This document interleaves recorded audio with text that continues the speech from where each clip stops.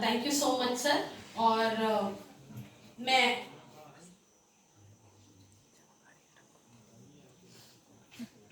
सभी प्रमुख सम्मानित पदाधिकारीगण, यहाँ पर उपस्थित फैकल्टी मेंबर्स और हमारे होनहार ऊर्जावान छात्र और छात्राएं और उपस्थित मीडिया बंधु, आप सभी को सर्वप्रथम मेरा नमस्कार। मैं अपना भी परिचय दे दूं। मेरा नाम विनीत जायसवाल है। मैं 2014 बैच का आईपीएस ऑफिसर हूं और बतौर सुप्रिंटेंडेंट ऑफ पुलिस दिसंबर 2023 से करीब 1 साल होने को आए इस जनपद में तैनात हूं। आज जो हमारा मुख्य उद्देश्य आप लोगों के मध्य आने का है, और मैं धन्यवाद देता हूं आपके कॉलेज के प्रबंधन का जिन्होंने ये प्लेटफॉर्म हमें दिया। आप सभी जान रहे हैं आज का जो युग है वो इंटरनेट का एक जमाना है। कोई भी ऐसा व्यक्ति नहीं होगा जो इंटरनेट की दुनिया से ताल्लुक न रखता हो। सभी के हाथ में मोबाइल फोन है, सभी इंटरनेट यूज कर रहे हैं, सोशल मीडिया के विभिन्न प्लेटफॉर्म्स यूज कर रहे हैं, इलेक्ट्रॉनिक मोड ऑफ ट्रांजैक्शन को यूज कर रहे हैं, ऑनलाइन ट्रांजैक्शंस हो रहे हैं। आपके मोबाइल पे बैठे बैठे एक बटन से लाखों के पैसे यहां से वहां चले जा रहे हैं।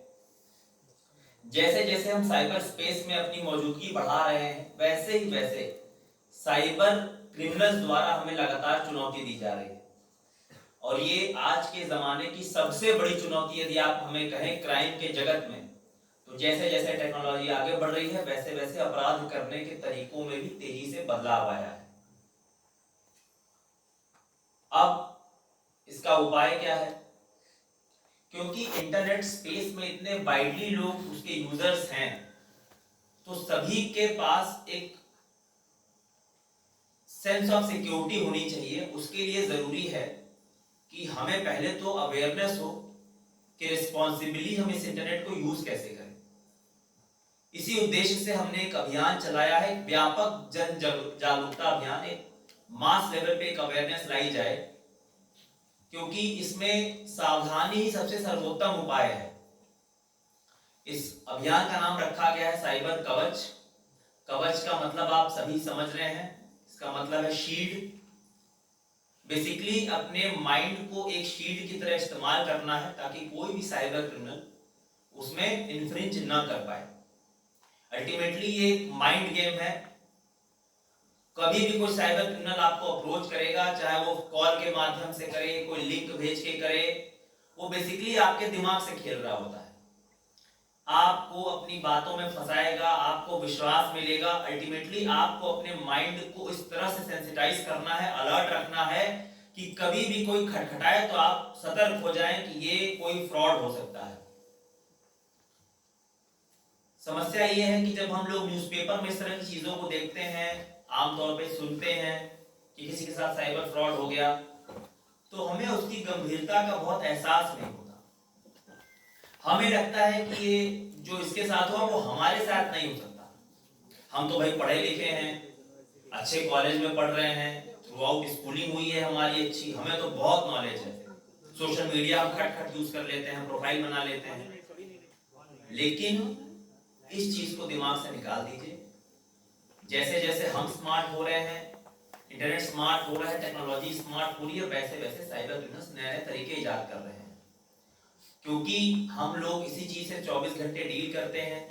हमारे पास जो कंप्लेंट्स आती है, रेंजिंग फ्रॉम एक आम किसान से लेकर उसमें कॉलेज के प्रोफेसर्स, कॉलेज के students, serving officers, retired officers, class 1 officers, पूरी रेंज है जो साइबर फ्रॉड के शिकार होते हैं।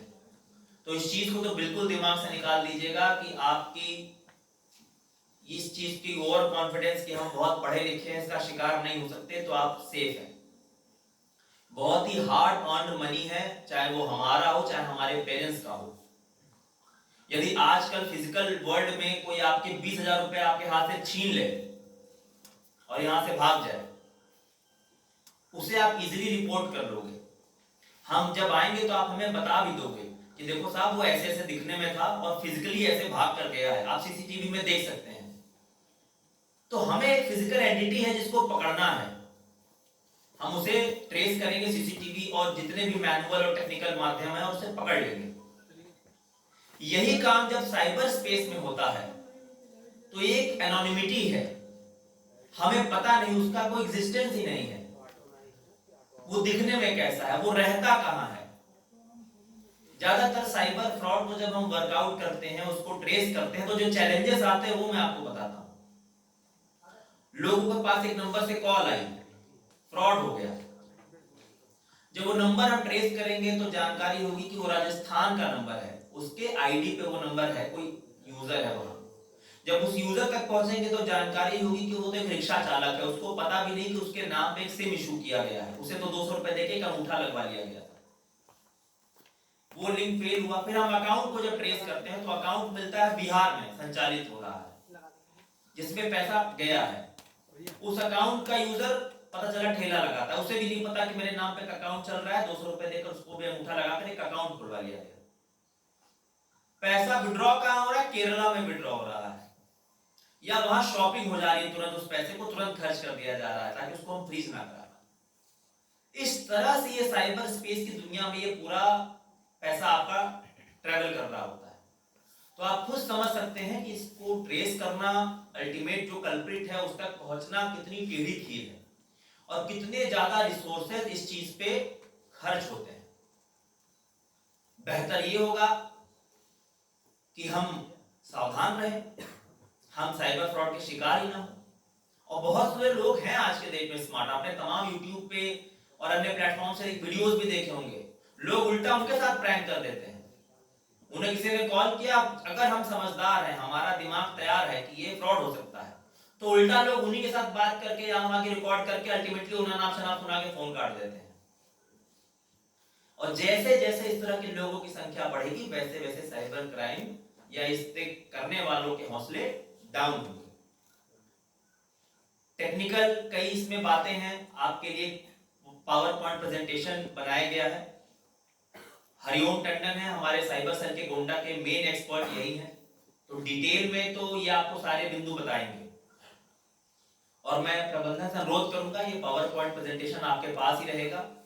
अभी तो ये कुछ स्टूडेंट्स हैं, और भी जो आपके स्टूडेंट्स हों उनको भी ये सर्कुलेट करिए, व्हाट्सएप ग्रुप्स होंगे वहां पर कुछ पैम्पलेट्स बने हैं, उनको भी जो एडवाइजरीज हैं उन तक पहुंचाइए ताकि इसकी चर्चा हो, लोग इसे जाने। सिर्फ अपने तक सीमित ना रखें, अपने दोस्तों को, अपने पेरेंट्स को।